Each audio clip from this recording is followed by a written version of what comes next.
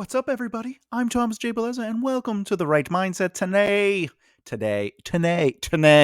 we're gonna go over. Hit the button.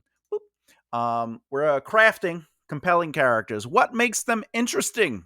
I don't know, but just so you know, the art of crafting compelling characters begins somewhere. And whether you're a novice writer looking to enhance your skills or an experienced author seeking fresh insights, understanding what makes a character interesting is crucial for developing your narratives, which means we as writers need to know what makes the essence of character development and why it's essential for a narrative. And remember that there is no wrong approach to craft your characters. Every choice should ultimately serve your creative vision. So whatever it is you do to do what you do, just make sure it serves your story. But this is just one way of many. So let's get right to it and hit that intro and start the lesson.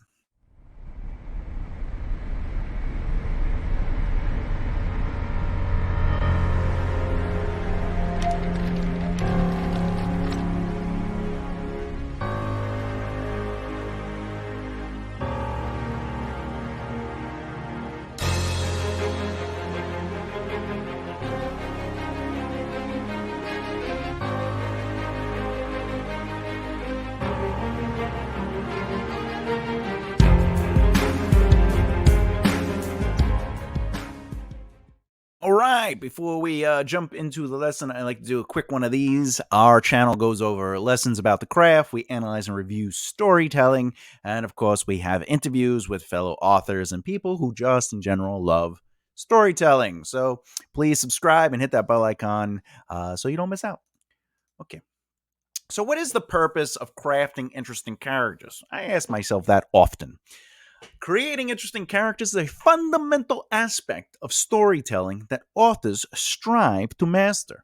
But what exactly are authors trying to achieve when they set out to craft intriguing characters? And why is it so vital to understand this concept? Well, listen. Understanding the objective, all right? So we at its core, the primary objective of crafting interesting characters is to engage the reader or your audience. Characters are the bridge between your story's world and the reader's imagination. And when readers become emotionally invested in your characters, they are more likely to immerse themselves fully in the narrative, experiencing the ups and downs alongside the characters. Now, of course, there's this thing going around like reader has to be emotionally involved with your character before they care about the character. And so, like, you might be writing a book and someone gives you the note. They're like, hey, I noticed you're doing these things in the first chapter, but like the audience doesn't know who that character is and they're not emotionally connected to it. Listen, readers become emotionally connected to characters through observing who they are by what they do or do not do. Okay. And the things I'm going to explain today, these few things, are ways to get readers to develop an emotional connection to your characters through the narrative of your book or a screenplay or whatever it is, right?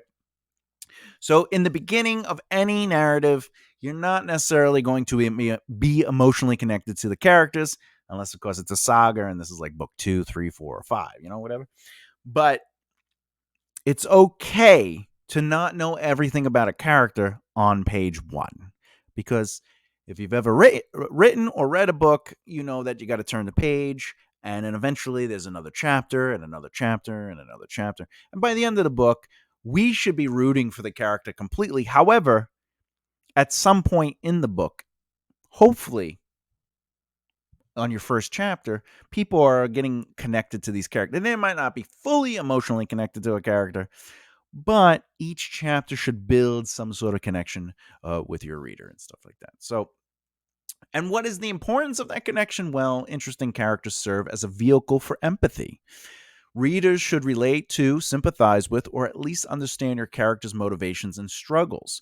This emotional connection forms a strong bond, driving readers to turn the pages in anticipation of what happens next.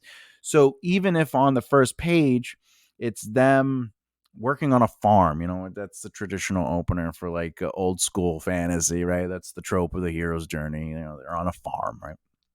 I mean, even in The Witcher, I mean, Yennefer was on a farm.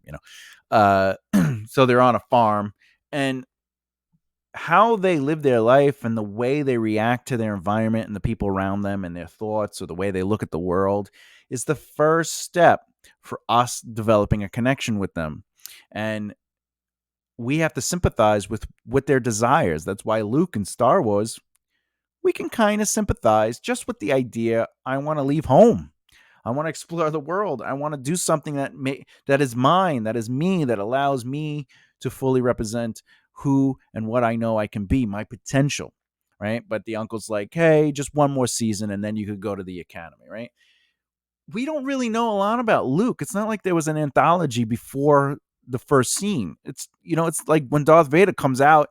Why does Darth Vader put his hands on his sides? Who's this guy in this black? Like, this is terrible. I don't understand what's going on. No, we're following along. We're their behavior, and every scene of Darth Vader that he's in, he does something that makes it go, okay, I get it. All right. But Luke, just that opening is strong enough, and that's what a chapter 1 does. It should just have a strong enough foundation for us to understand who this character is, their fundamental motivations, maybe their inner struggles. But you don't have to. With Star Wars, we didn't have to have Luke sit down and go, listen, my whole life I've been on this farm and I've just wanted to reach for the stars and I wanted to see the world and I just feel isolated here and I just kind of want to do something more. You don't have to do that. Their conversation about like, oh, but you told me I could go to the thing, or him staring off at the two suns or whatever the case may be. That's enough for us to understand. And then we can get his motivations. But we also get his conflict, right? Because later on, when Obi-Wan shows up, and then Obi-Wan's like, you should come with me, and I will teach you the ways of the Force like your father before you, etc., etc. And Luke literally says, but I can't. My uncle needs me on the farm.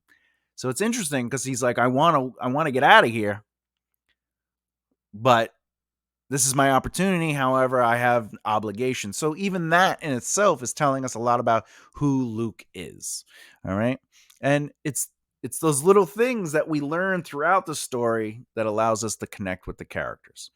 Now, keep in mind, you also want what we discover in the characters through their actions to advance the narrative, okay? Engaging characters in general also play a crucial role in advancing the plot.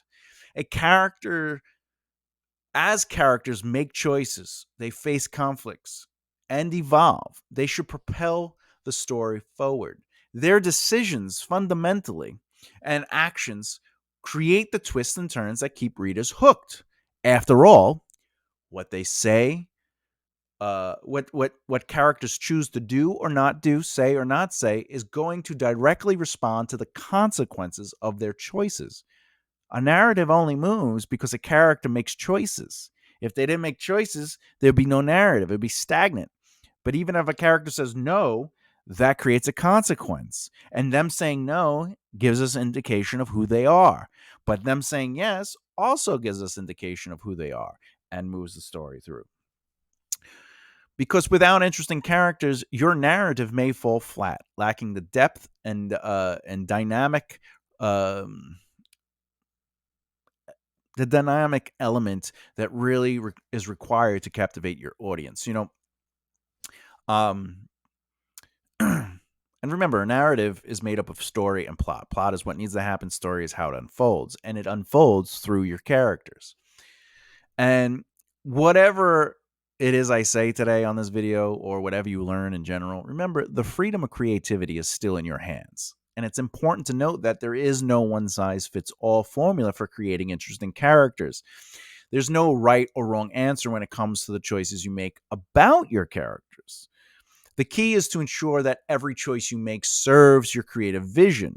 Whether your character is a heroic figure or an anti-hero or introvert or extrovert, their traits and characteristics should align with the story you want to tell. However, the thing that you need to do is allow their traits and characteristics to be present, and they should align with the narrative you're trying to tell.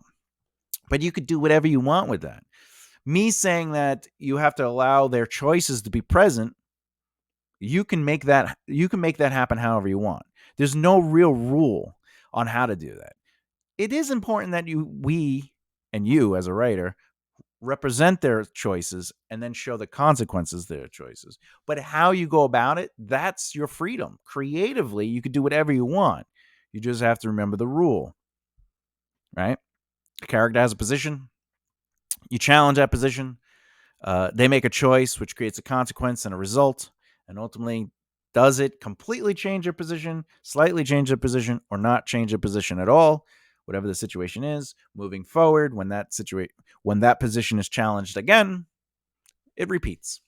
Okay? And if you want to see your characters grow and us connect to them, maybe slightly change here, maybe don't change there, maybe slightly change again, maybe don't change, maybe completely change, right? And then maybe their complete change gets challenged again, right? Because we all know that the midpoint conflict is revealing the lie, right?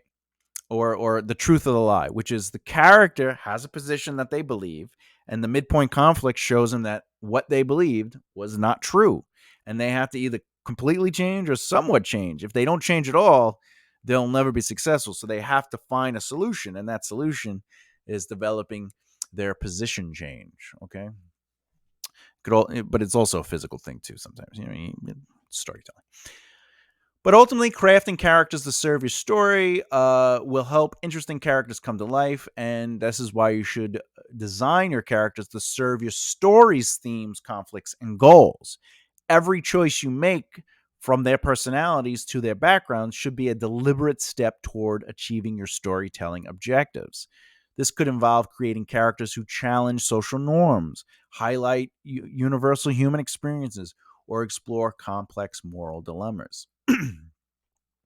In summary, crafting interesting characters is about creating connections, advancing the narrative, and serving your creative vision. And as an author, you have the freedom to mold characters in various ways, as long as those choices align with your storytelling goals. So remember, there's no wrong answer when it comes to creating characters, only the answer that best serves your unique story. I will say, again, your story is important. And the best way to allow your story to really grow is make sure that the characters involved in that story are adding value to the story.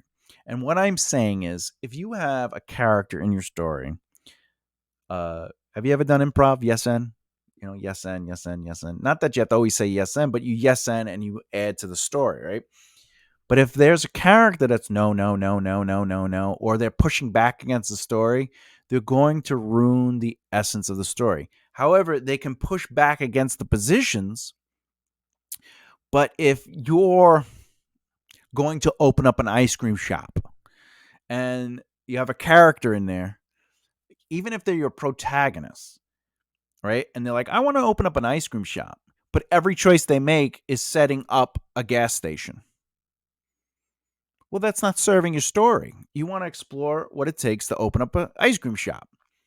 So you wouldn't create a character that really has the desire for a gas station, unless that's your story. And you're like, maybe, well, this character develops an ice cream shop. They realize they've always wanted a gas station. And that was their growing arc. Like, you can make it your story, but if your fundamental story is, I want them to have they want to be inspired to open an ice cream shop because it reminds them of their grandparents, because their grandparents used to make homemade ice cream, and it's a family recipe, and we're going to open up a shop in town, and it's my way to keep their memory alive, because maybe the inciting incident is their grandparents passed away, one right after the other, which is pretty common for older people in long, strong, emotionally healthy relationships. Right? You always hear, oh, a couple months later they passed, they died. It happens, right? So so that's the story. But if that story has that fundamental element to it, and you have the protagonist or other characters going, we should really open up a gas station, they're not necessarily You have the wrong characters in the wrong story, ultimately, is what I'm saying. Okay. Hey, crafting characters with depth because characters should feel like real individuals with unique traits, backgrounds, and experiences that enrich your story. So, everybody has quirks, and we become eccentric with some of our behavior. And one of the most effective ways to make your characters interesting is by giving them these quirks and making them somewhat eccentric. You don't have to go too crazy with it. They could be small things, they could be big things, they could be medium things. And there are idiocracies, habits, or behaviors that set people apart. They just do, right? So it's the same with your characters. And quirks can be endearing, they can be amusing, they can be irritating, very much so, but they all serve to make your character more memorable and relatable. So consider Sherlock Holmes' obsession with solving puzzles, or Hermione Granger's penchant for reading everything she can get her hands on. And these are quirks that humanize your characters and add depth to their personality. But remember, everybody is basically a person. So what sets us apart is our behavior. My accent is probably going to make me stand out because it's very New York, versus say somebody who has a Midwest accent, which is basically no accent at all, even though it is an accent. But if somebody from Texas is there with a deep Southern Texas accent, that's probably going to overpower my New York accent, and that becomes their trait. I'm not saying do that, but that's an example. You also want the backgrounds that fit the narrative. Again, the ice cream shop, their grandparents taught the family a secret for ice cream. They passed away. It connects them to it, right? So your character's background should align with the overall narrative of your story. It just should, just to make sense.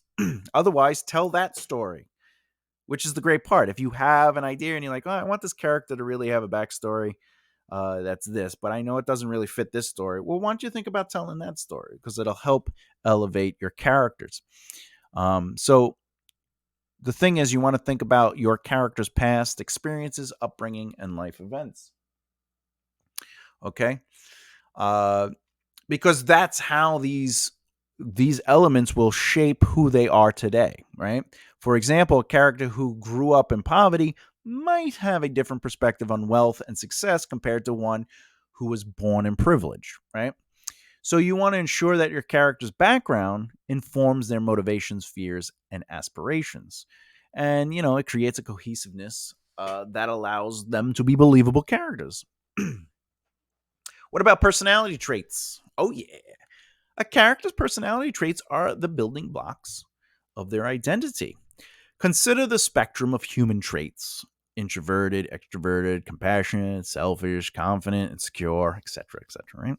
So, a well rounded character should exhibit a combination of these traits, making them multi-dimensional.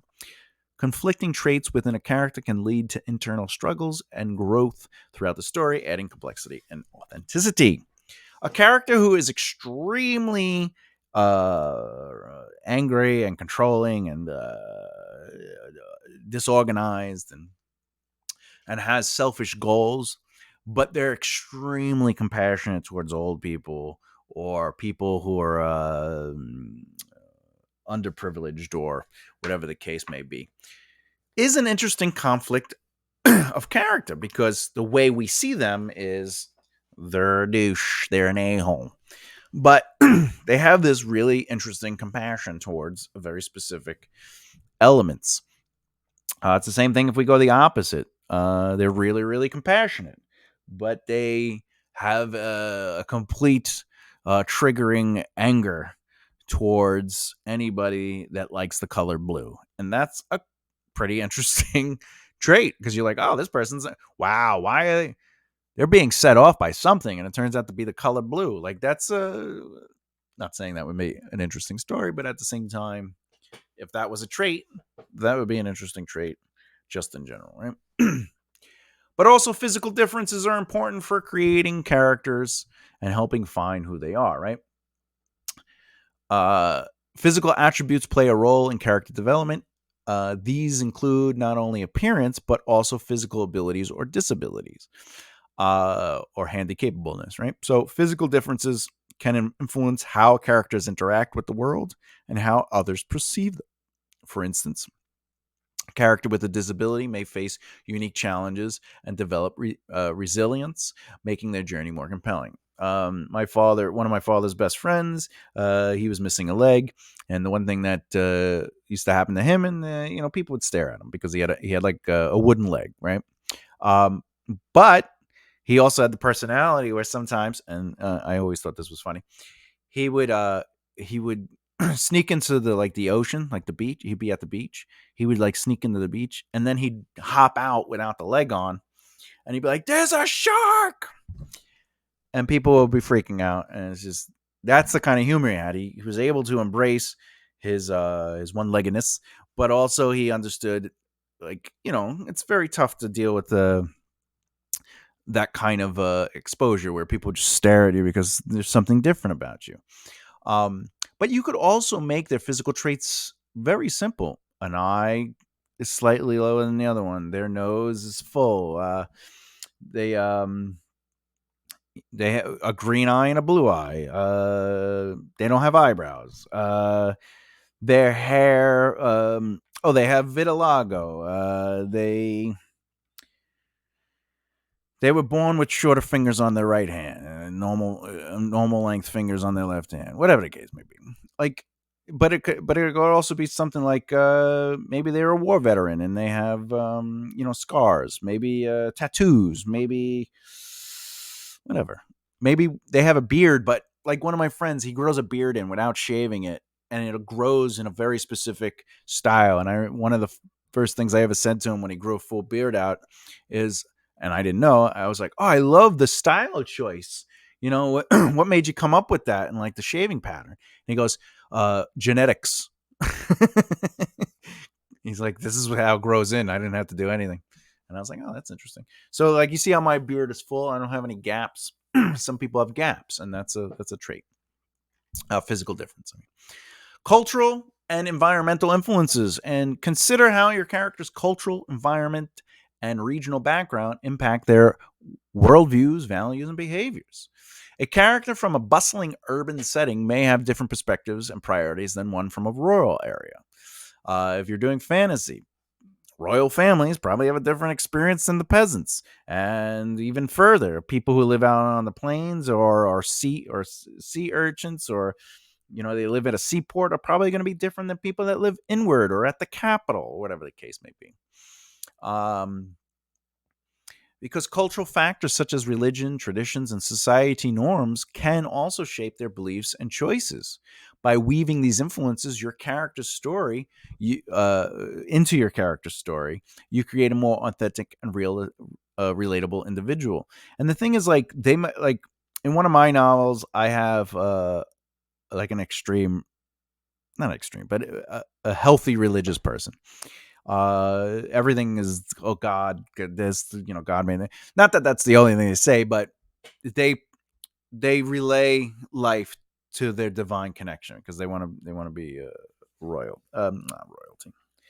They want to be a shaman or whatever, right? So, um, so they look at it like that. But what's nice is when their faith is challenged by things, that becomes interesting story. But it also, how they relate to that is also character. So, and by the way, I'm just generalizing. I'm summarizing that example, but I'm just saying, like, even a tradition, like if I'll use religion and tradition. So, when I used to work more fluently on television and film sets, sometimes during lunch when we sit down, you kind of sit at a table and there's a group there, and there was this guy that I kind of became friendly with on set, and it happens all the time. And when I sat down to eat, he sat down, and there was two other people there that I also kind of became friendly with because I'm a socialite. I like to talk to everybody, right? And when he sat down, we all went to go eat, but he paused. He goes, "Is it all right if I do, if I say grace? And would you all like to be comfortable?" And the two other people with me were like, not really. Like, we just want to eat." And I was like, "Whatever makes you feel comfortable, man." And he went into it, and I just sat there, and I didn't pray with him, but I sat and I waited to eat. I let him finish. The other two just started eating. And that's basically three different choices from three different people. I'm not a Catholic or Christian, but this guy was, specifically a born again, and he asked, and because he asked, I was happy to give him that respect and be like, sure, let's do it. The other two people didn't necessarily give him disrespect. They were just like, they were honest. They said, actually, no, we're gonna just eat, but you could do, whatever. And they ate their food. But again, cultural, traditional, society, and religious upbringings. I have no problem if somebody wants to pray. I've prayed with the Jewish people. If they're like, "Hey, can we pray together?" I'm like, "Yeah, sure, let's do it." Not that I believe what's going on, but they asked. I love that. I'm happy to join in people's cultures and societies, and if somebody asks me to come in, but that's a choice, right? So you have to look at your characters in that same way. Everybody is unique. Now, um, not everyone would be comfortable with that. Oh no, religious stuff bothers me or whatever. I just want to connect the people. So if they're willing to ask me to come in to their world, like with the I was around a certain area in New York, and I was there, and they believed I was Jewish, and I kept telling them I'm not Jewish, I'm not Jewish, and they're like, you look Jewish, and I had like my whole setup going. My beard was thicker. I look acidic. I was in an acidic area, and they're like, "What's your Hebrew name?" And I was like, "I really don't have one. I'm Thomas." And but my other friend I was there with was Jewish, and because of that, we got invited to their house, and they were gonna feed us there, and like they did a. We got to a point. It got late, and they were like, "Would you like to do a prayer? We're gonna do the closing prayer where they drink the wine." I'm not very familiar with the ceremony, but that's basically what happened. Um, and then they turns out they were part of the temple, like they worked with the temple. So right after that they were like, let's go to the temple. We went to the temple, and it was very, very it was a magical experience, something that I didn't experience all the time, but they welcomed me in, and I went along with it respectfully. I didn't make fun of it or anything. And it was an interesting experience. But that I like that. If I want to connect with people and people allow me into their world, that's what happens. But if that was a story, all that would happen because of my choices. I could have easily been like, I'm not Jewish. Please stop it. I'm going to go, and then leave. And then when my friends show, oh, we got to go. They're bothering me. I could have done that. That's a choice. But then that story becomes something else. All right.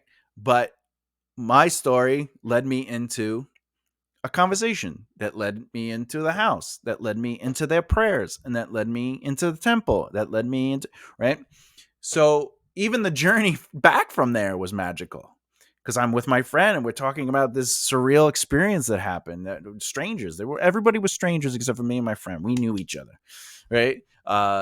So that's a story based on choices, based on cultural, religious, or backgrounds or ideas. Blah blah blah. All right, moving on. Didn't mean to ramble on that. I'm sorry. I like telling stories. Okay, the Brandon Sanderson character scale. Now, Brandon Sanderson talks about this character scale in his live classes. I recommend you watch his videos, especially his writing classes. I will hopefully remember to put the link in the video below. Obviously, if it's not there, it will be there. I will put it there. So it should be there when you watch this. But I will summarize what the character scales are in this video just to give you kind of a head start. So when you go there, you already kind of know what you're getting into, and then allow him to really go into the detail of it. But ultimately, character scales are a valuable tool for assessing and understanding the depth of your characters. But it's also a simplified way to be like, all right, here are the 3 things I need to know. Because the scale is made up of likability, competence, and proactivity. And these are essential for crafting well-rounded and engaging characters with the Brandon Sanderson character scales. So this is me just giving another option to like what the stuff I was saying in general. This is like a tool you could use to help you say, well, how do I work this? So likability measures how much the audience likes, empathizes with, or relates to a character. It's also the emotional connection that readers or viewers form with a character or could potentially form with a character. It's characters who score high on the likability scale are often endearing, relatable, and easy to root for. However, it is important that a character has to be morally virtuous, or flawless. Flawed characters can be incredibly likable if their struggles and growth resonate with the audience. So, again, it's important to note that likability doesn't necessarily mean that a character has to be morally virtuous or flawless. Likability has a lot to do with many other factors. I have videos on likability.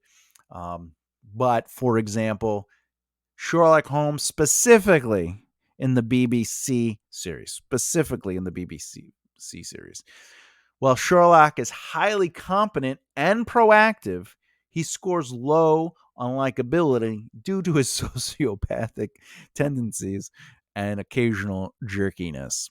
Yet, his complexity and moments of vulnerability make him intriguing and captivating to readers or viewers. All right.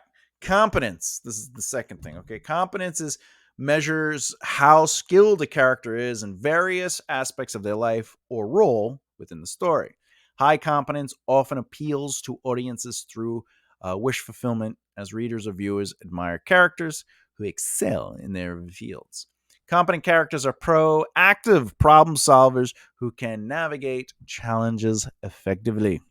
For example, Sherlock Holmes is a prime candidate for highly competent characters. His exceptional deductive skills and ability to solve complex cases make him both impressive and aspirational. All right. Proactivity assesses how motivated a proactive a character is in pursuing their goals and objectives. Characters who score high on this scale are driven. They take initiative and actively work toward achieving their desires. The audience becomes invested in their journey because they are engaged in the character's pursuit of their goals. Consider Katniss from Hunger Games. While she initially appears passive in her resistance against the government, she grows in a proactive way throughout the series. Her transformation into a proactive protagonist is a compelling character arc that draws readers there. Which brings me to the spectrum of the attributes. And it's important to recognize that these character scales exist on spectrums, not as binary options. They aren't either or, they're variations. And it's good to look at it as a scale of 1 to 10, 1 being the lowest, 10 being the highest. And characters can exhibit varying degrees of likability, competence, and proactivity. For example, Harry Potter is likable from the start, but he is initially less competent and proactive when dealing with his problems. However, he does undergo a change in his journey at Hogwarts, and he becomes more competent and proactive, demonstrating growth and development. So, in conclusion, Brandon Sanderson's character scale provide a framework for understanding and evaluating your character's depth and complexity. By considering where your characters fall on these scales, you can tailor their attributes to fit your story's needs and create characters that resonate with your audience. Remember, the characters don't need to excel in all 3 categories, and their growth can be demonstrated by the movement of these scales up and down throughout the narrative, thus becoming a powerful storytelling tool. So, one thing you could do with your arcs is say, well, they'll start out as unlikable and become likable, or vice versa. Maybe they start out as proactive, or they lack proactivity, and then they become that. Even slight movements, by the way, they could be slightly disliked and then become slightly liked. They could be proactive to start, but then they become more proactive or slightly less proactive, whatever they can. The competency. Maybe they appear competent in one thing, but then you realize their competency doesn't necessarily help the story. But you could have moments like in National Treasure with Nicolas Cage, where I can't remember the kid's name as a character, but he's a highly competent when it comes to computers and stuff like that. But he's not competent in history or facts that have to do with history. But he always has one moment in every film where he knows something that the main character doesn't know. And that makes him both likable and somewhat competent in that moment. Okay. But absolutely directly after that moment, he is no longer competent in the field of history. Anyway. All right. We're almost done. Final thoughts. It's crucial to reflect on the depth and nuance that character development brings to your story. Creating characters that resonate with readers requires a profound understanding of their intricacies. While readers may only glimpse a fraction of what you know about your characters, that hidden depth is what makes them come alive on the page. So, knowing your characters beyond the surface allows an author who often is very aware of their characters on a level that extends beyond the page and what's revealed in the story are not going to be the same thing. This intimate knowledge of their histories, motivations, and fears is the foundation upon which well rounded characters are actually built. While the reader may not witness every facet of the character's personality or background, the subtle hints and behaviors you infuse into the narrative contribute to a character's authenticity and relatability. So just because you know everything doesn't mean everything needs to be put on that page. Because remember, allow it to serve the story, or more important, serve the narrative. Now, the process of character creation is indeed a process, because crafting interesting characters is a dynamic process that combines both art and science. It involves a delicate balance of vague but informative elements, nuanced character traits, and sometimes overt characteristics that make the character the most aware presence in the room. The beauty of character development lies in the complexity and unpredictability of human nature. Consider how a seemingly unimportant quirk or a character's cultural background can significantly impact their choices and interactions, adding depth to their persona. These small details, when thoughtfully woven into the narrative, can have a profound impact on how readers perceive the connect with your characters. So, Nathan Fillion's character in Firefly, if you haven't seen it, spoiler alert. In the first episode, the pilot episode, he's shown praying over his cross. He has a cross and he's like praying and he kisses it. And then the battle happens where they lose. And now he lost his faith. So the shepherd that's on the ship is like, "Can I pray?" And he's like, "Please don't." Or like, if you think it'll help, go ahead, just leave me out of it. Like, his perspective on faith has been challenged, and it directly reflects his behavior when dealing with faith when it comes up. Okay, but they lost the alliance because they were part of the independence, whatever, something like that. It's been a long time. But ultimately, he doesn't like the alliance because he was a part of the other side and they were fighting for something that the alliance took away. And so he outwardly does what he can to go against the alliance. Those are character choices based on their background and their history. We might not know all the details, but they slowly come out based on behavior. Now, in my final thoughts, I want you to know that characters as the most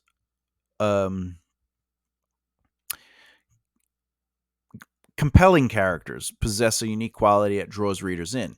They are often the most aware presence in the room.